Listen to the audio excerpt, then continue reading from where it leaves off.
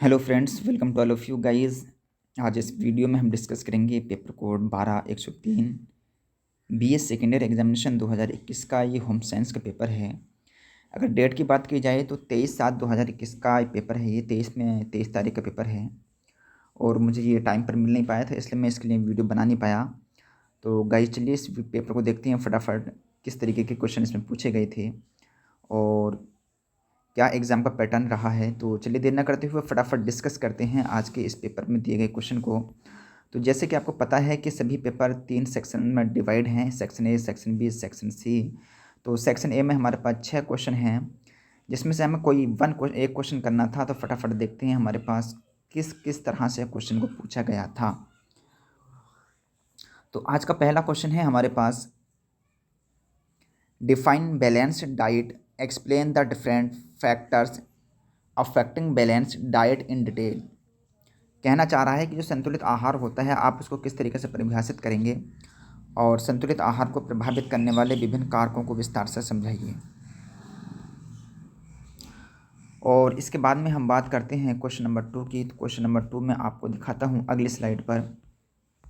Question number 2 में हमसे पूछा है कि explain the nutritional requirement during pregnancy, which points should be considered while planning the diet of pregnant lady।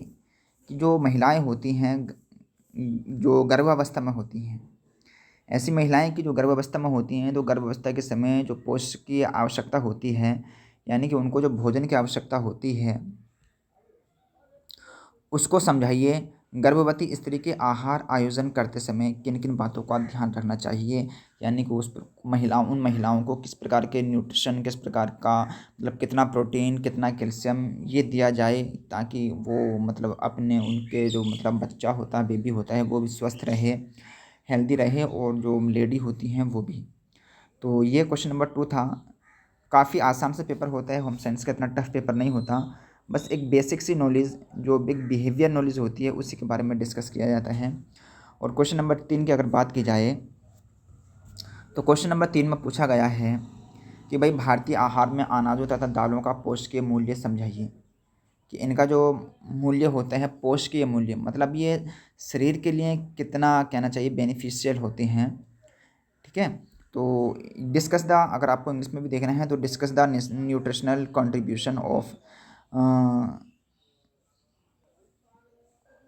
Cares and pulse Indian diet. तो question number 3 था ये। और बात करते हैं, देखिएगा क्वेश्चन नंबर 4 की, क्योंकि हमारे पास 6 क्वेश्चन है, 6 में से कोई एक करना था कि describe the stages of language development, what are the factors affecting language development. भाषा विकास के चरणों को समझाइए, भाषा विकास को प्रभावित करने वाले कारक कौन कौन से हैं। जी हाँ। तो यानी कि एजुकेशन से संबंधित जो टॉपिक होते हैं वो टॉपिक भी होम साइंस के अंदर पूछे जाते हैं। तब देखिए भाषा विकास की बात कर रहा है, और भाषा विकास हमारे पास ये शिक्षा शास्त्र में बहुत अच्छे से हम समझ सकते हैं। अगर आपने शिक्षा शास्त्र के बारे में थोड़ा बहुत भी अगर अध्ययन किया होगा, थोड़ा बहुत भी अगर आपने एजुकेशन शास्त्र को पढ़ा होगा, तो आप बहुत आसानी से इस क्वेश्चन को कर सकते थे। और ज़रूर नहीं है कि आप भाषा मतलब एजुकेशन को पढ़ें तभी आप इसको कर पाएंगे।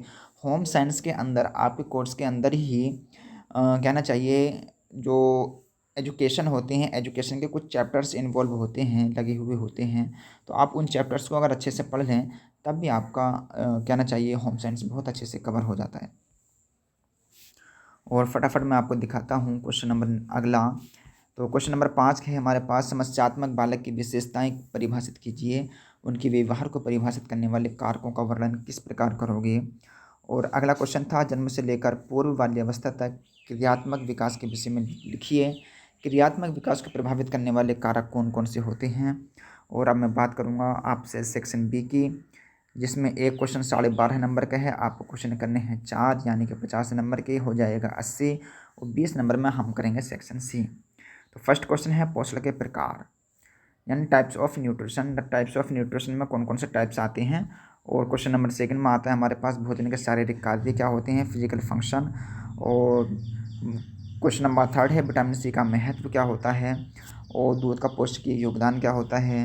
और वृद्धावस्था के समय पोषण, किस प्रकार का पोषण देना चाहिए, और बाल अपराध किसे कहते हैं, मदर क्राफ्ट यानी कि मात्रकला क्या चीज़ है, कॉग्निशन क्या होता है, संज्ञान क्या होता है। देखिए संज्ञान से संबंधित आपके पास सेक्शन सी में भी क्वेश्चन पूछे गए हैं, मैं आपको बताता चलूँ तो कॉग्निशन काफ़ी इंपॉर्टेंट टॉपिक है। मैं आपको इसके बारे में अलग से वीडियो बनाकर ज़रूर इसके बारे में डिस्कस करूँगा आपके साथ। तो अब हम बात करेंगे अगली स्लाइड की, यानी कि हमारे पास है क्वेश्चन नंबर 9, निगेटिव इमोशंस किसे कहते हैं, नकारात्मक संवेग। और क्वेश्चन नंबर 10 है, परिवार तथा बालक का जो सामाजिकरण होते हैं आप उससे क्या समझते हैं। और इसी के साथ हम बात करेंगे सेक्शन सी की। तो सेक्शन सी में हमसे कहा है कि किन्हीं 5 प्रश्न के उत्तर दीजिए, निम्नलिखित वाक्यों में रिक्त स्थान की पूर्ति कीजिए, मतलब खाली स्थान भरना है। क्वेश्चन नंबर 8 का जो फर्स्ट है, 1 ग्राम कार्बोहाइड्रेट से कितने कैलोरी ऊर्जा प्राप्त होती है। तो गाइस मैं आपको बताता चलूँ, अगर 1 ग्राम कार्बोहाइड्रेट की अगर हम बात कर रहे हैं तो 1 ग्राम कार्बोहाइड्रेट से जो हमें एनर्जी मिलती है वो 4 कैलोरी होती है, 4 कैलोरी ऊर्जा हमें प्राप्त होती है। तो इसका जो सही आंसर होगा वो हो जाएगा हमारे पास 4।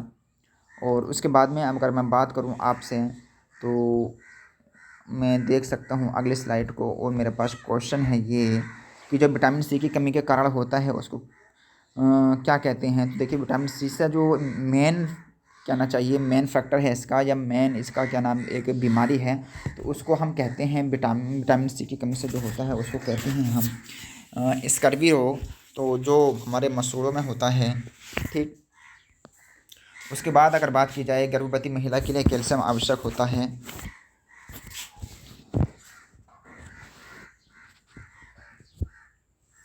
गर्भवती महिला जो होती है उसके लिए जो कैल्शियम की आवश्यकता होती है, कितना कैल्शियम उसको ज़रूरी होता है।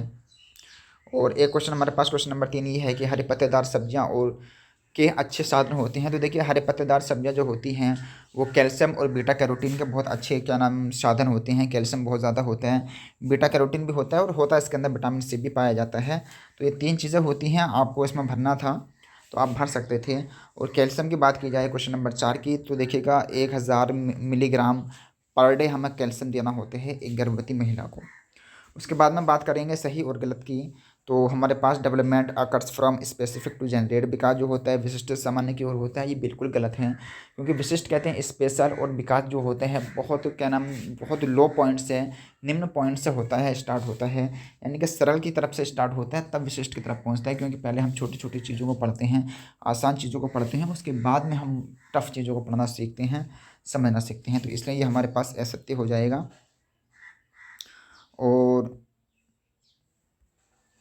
ये इसका जो ये फॉल्स हो जाएगा हमारा। और अब हम बात करेंगे इसमें अगले स्लाइड की, अगर हम बात करें तो हमारे पास क्वेश्चन नंबर देखिएगा 6 है कि खेल वाला बालक का सर्वांगीण विकास होता है, ये बात बिल्कुल सच है। और भय का जो संवेग होता है वो जन्म से उपस्थित होता है। देखिए भय का जो संवेग होता है ये जन्म से उपस्थित होता है। तो मैं आपको बताता चलूँ कि जो भय जो जन्म से संबंधित जो मतलब जन्म से जो संवेग होते हैं, ऐसे संवेग जो जन्म से कहना चाहिए उपस्थित होते हैं, तो वो संवेग हमारे पास 3 होते हैं। एक तो हमारे पास भय होता है जो इसमें पूछा गया है, एक और होता है जिसको हम क्रोध कहते हैं, और एक होता है प्रेम।